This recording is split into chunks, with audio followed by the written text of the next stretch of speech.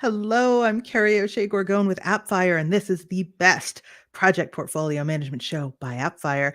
Alex Glabman, Director of Product Management at Appfire, joins us today to talk about incremental planning and how it can help align your team's objectives with your team's outcomes with organizational objectives. So stick around, 10 minutes of awesome coming your way. You've got questions about PPM, but you're afraid to ask? Well, wait no longer. Appfire presents the best project portfolio management show by Appfire. Alex, thanks so much for coming. Yeah, absolutely. Thanks for having me. I'm very excited to talk about aligning those team outcomes to objectives. See, it's even, imagine how difficult it is in an organization. It's so difficult to even just say. You would think that somebody who hosts a podcast would be able to speak better than I can, but it is what it is. So, it makes you human. It makes all of us human. What is incremental planning? Like, for somebody who's not talked about the topic in this context, what does it mean? Yeah, incremental planning, I think there are a lot of ceremonies or rituals that people start to think about when you talk about incremental planning. But I like to consider incremental planning more of a mindset, this idea of you don't have to make everything perfect when you go think about planning.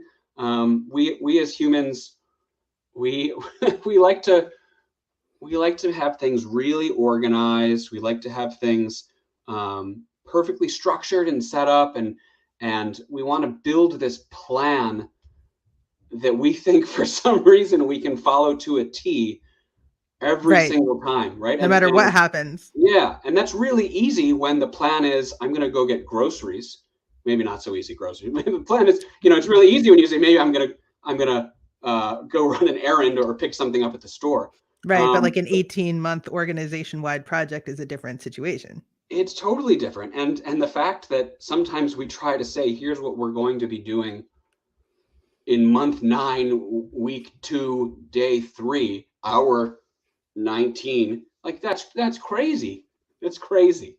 So is this like chunking it then? Chunking your big project into little ones or having milestones? It is. It's really based on this concept or the idea of lean thinking, systems thinking, and being okay with waiting until the last responsible moment to make a decision. The last responsible moment. I like that. Yeah, the last responsible moment to make a decision. If you like say, waiting any longer would be irresponsible. Yes, exactly. Right. If you say at the beginning of the week, I'm going to do this on Monday, this on Tuesday, this on Wednesday, this on Thursday, that's fine. But what if something happens on Tuesday that you learn, you're like, whoa, oh, wow, things are totally different. Guess what? Maybe you should do something different on Wednesday than what you thought you should on Monday, right? So waiting until that last responsible moment allows you to collect as much information as possible so that you can make the best decision at that point in time. So what are some examples of incremental planning? So incremental planning can be seen in a variety of different ways across the organization, regardless of industry. A lot of people, I think, start to gravitate towards the technology organizations that have examples like sprint planning or program increment planning, PI planning. But examples can be found outside of that industry or outside of technology. I was working in a company 6-7 years ago. We were focused on implementing lean thinking, primarily within IT and development organizations, but we wanted to expand horizontally. And so we were looking at the construction industry. And there was a really interesting kind of concept that was sweeping across construction, lean construction. The last planner methodology is what it was called. Traditionally, these general contractors would create these really big plans to build their skyscraper, to build their ballpark or stadium. And it would be planned down to the minute, down to the detail, right? And they would find that,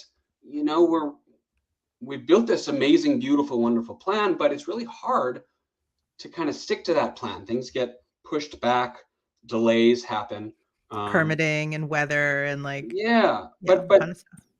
the I think one of the big takeaways that they found was it wasn't that the plan was bad, it's that not everyone was committed to the plan, or they didn't really get the right input from folks to build that plan. And so this this concept of last planner methodology is another example of incremental planning, is that they would do this look ahead planning where they would get together with different trades, with the HVAC team, with those that were pouring concrete, installing windows, and saying, all right, hey, here's what we got to do in the next couple of weeks.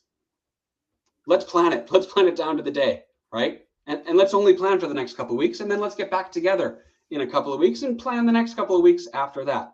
And they found more and more buy-in across these different teams because everyone felt like they were a part of that plan. And so incremental planning really allows, let's say, an organization to outline, here's our strategy, here's our mission, and connect that strategy and mission down to the delivery and execution that's happening on a day-to-day basis. Right.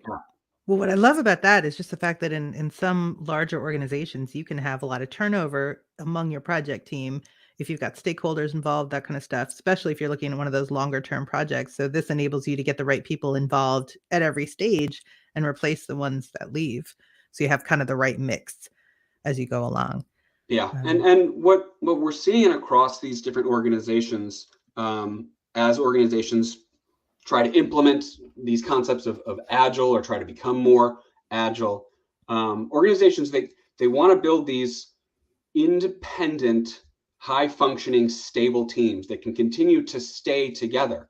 But at some point, no matter how big a team or organization gets, you run into a scenario where an independent team, they can't do everything themselves, right? And they have needs and requirements from other teams. So if you think about like a value stream or kind of a larger solution or program, a lot of time it takes a team of teams to deliver that value. And it's really easy. I mean, I can speak for myself. It's really easy for me to plan what I'm going to do today. It's a little more difficult to plan what a couple people are doing. But as projects or organizations start to grow in size, there becomes more of a likelihood of that disconnect between, hey, what is it we're trying to do and what is it we're actually doing on a day-to-day basis. So then at the beginning, Alex, how does this look different than like the big approach you talked about where you write a big involved plan at the start? How does incremental planning look different? Like what do you start with at the beginning?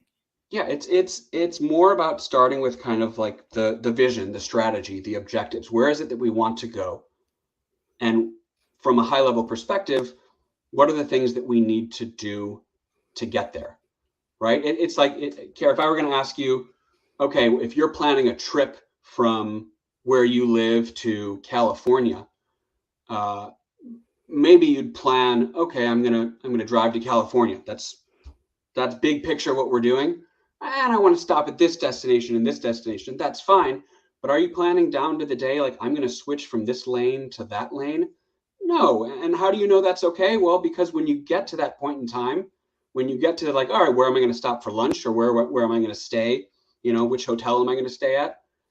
You kind of trust yourself and saying, you know what?